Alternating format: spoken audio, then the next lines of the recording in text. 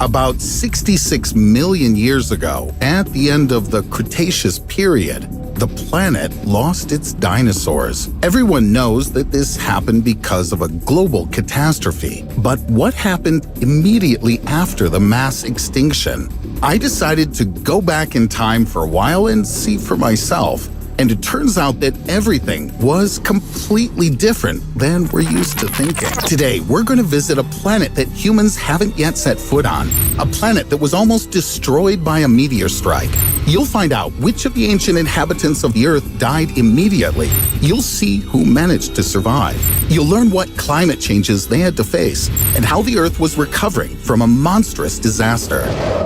At the end of the Mesozoic era, a huge asteroid or comet crashed into the Earth. Scientists are still arguing about this. The diameter of this celestial body was anywhere from 11 to 80-odd kilometers, or from 7 to 50 miles. That is, on average, it might have been the size of the city of Washington, D.C. When one edge of the asteroid had already hit the ground, the other end was still higher than the flight zone of the Boeing 747. Such a collision couldn't pass without a trace. The asteroid left behind a giant crater. It covered half of the Gulf of Mexico, and no wonder. The crater has a diameter of 150 kilometers, or 93 miles, and a depth of about 20 kilometers, or 12 miles. This wasn't the first collision between our planet and a celestial body, but it has become one of the largest. The world changed in an instant. The impact caused mega tsunamis with a height of more than 100 meters, or 330 feet,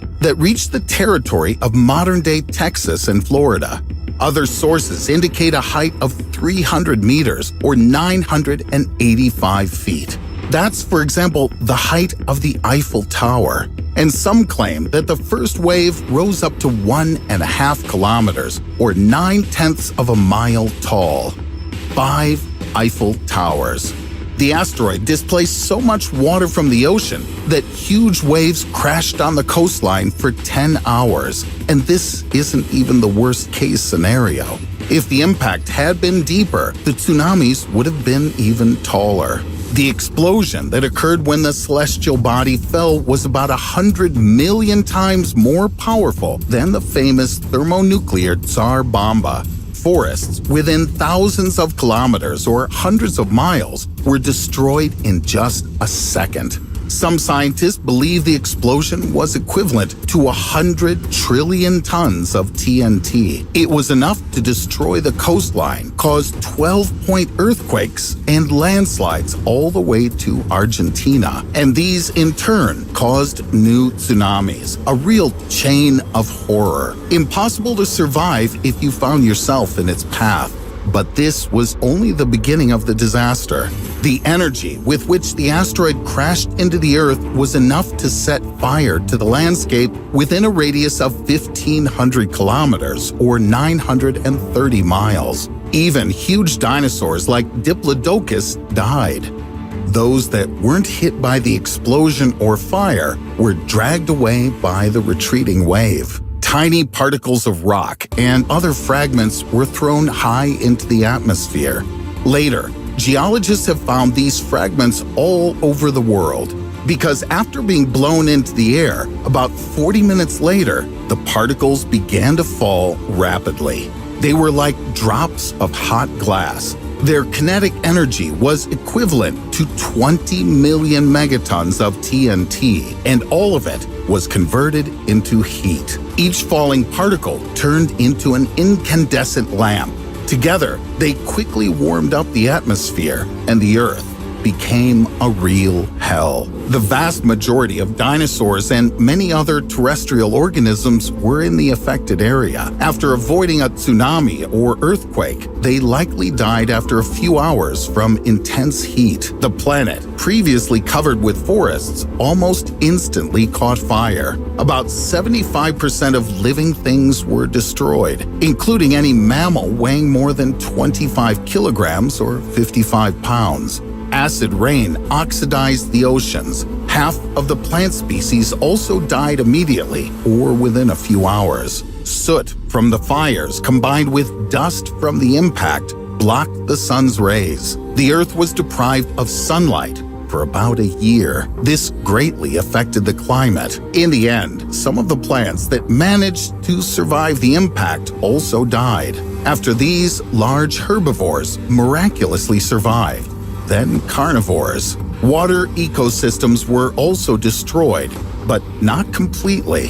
For example, turtles and the ancestors of crocodiles managed to survive. Some researchers call the environment of that time lunar, desolate, and barren as it was. It was almost impossible to survive in such conditions, yet life on our planet didn't stop. As I said, all of the big animals died. Those who remained began to repopulate the land. The foraminifera were the first to recover. These are single-celled organisms that appear in the crater a few years after the impact. Then the ferns awoke. In just a millennium, they were able to expand and occupy almost all of the space that was left. But large mammals faced different conditions. There wasn't enough food. Therefore, only small animals weighing no more than 600 grams, or 1 3/10 of a pound, roamed among the ferns. There were just a few flowering plants and nutritious seeds in the world. But after 100,000 years, mammals returned to the size of a raccoon. The ferns were replaced by palm forests.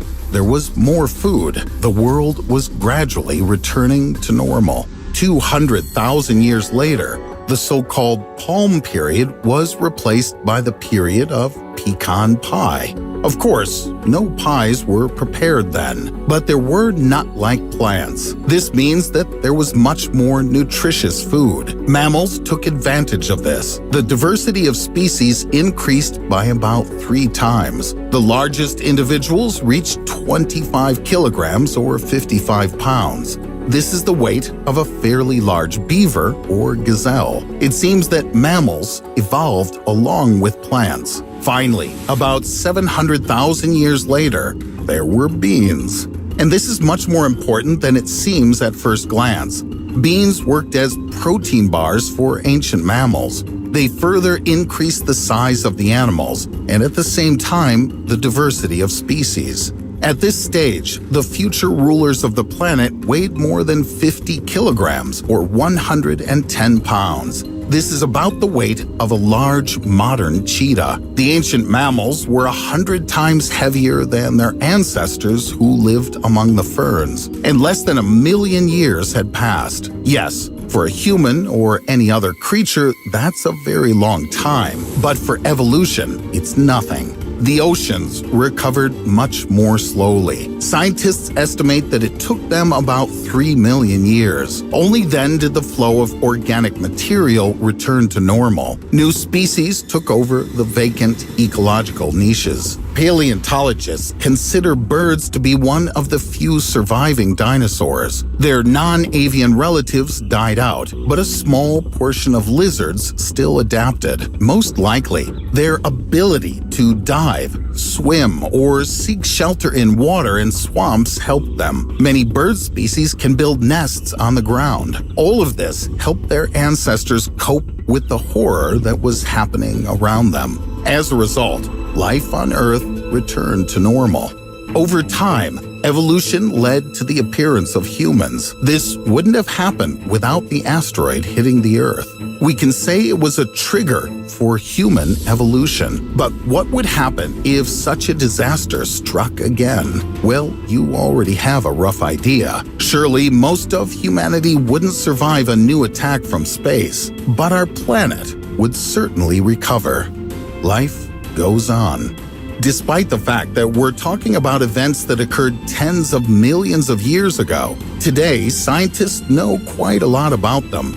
This was made possible by fossils, as well as various samples of earth and stones. For example, from the bones of ancient mammals and lizards, scientists have learned when the age of dinosaurs ended. It took a long time to figure this out. If you liked the video, give it a thumbs up. Don't forget to subscribe to the channel if you haven't already. And click on the bell to receive timely notifications of new, interesting videos that are waiting for you.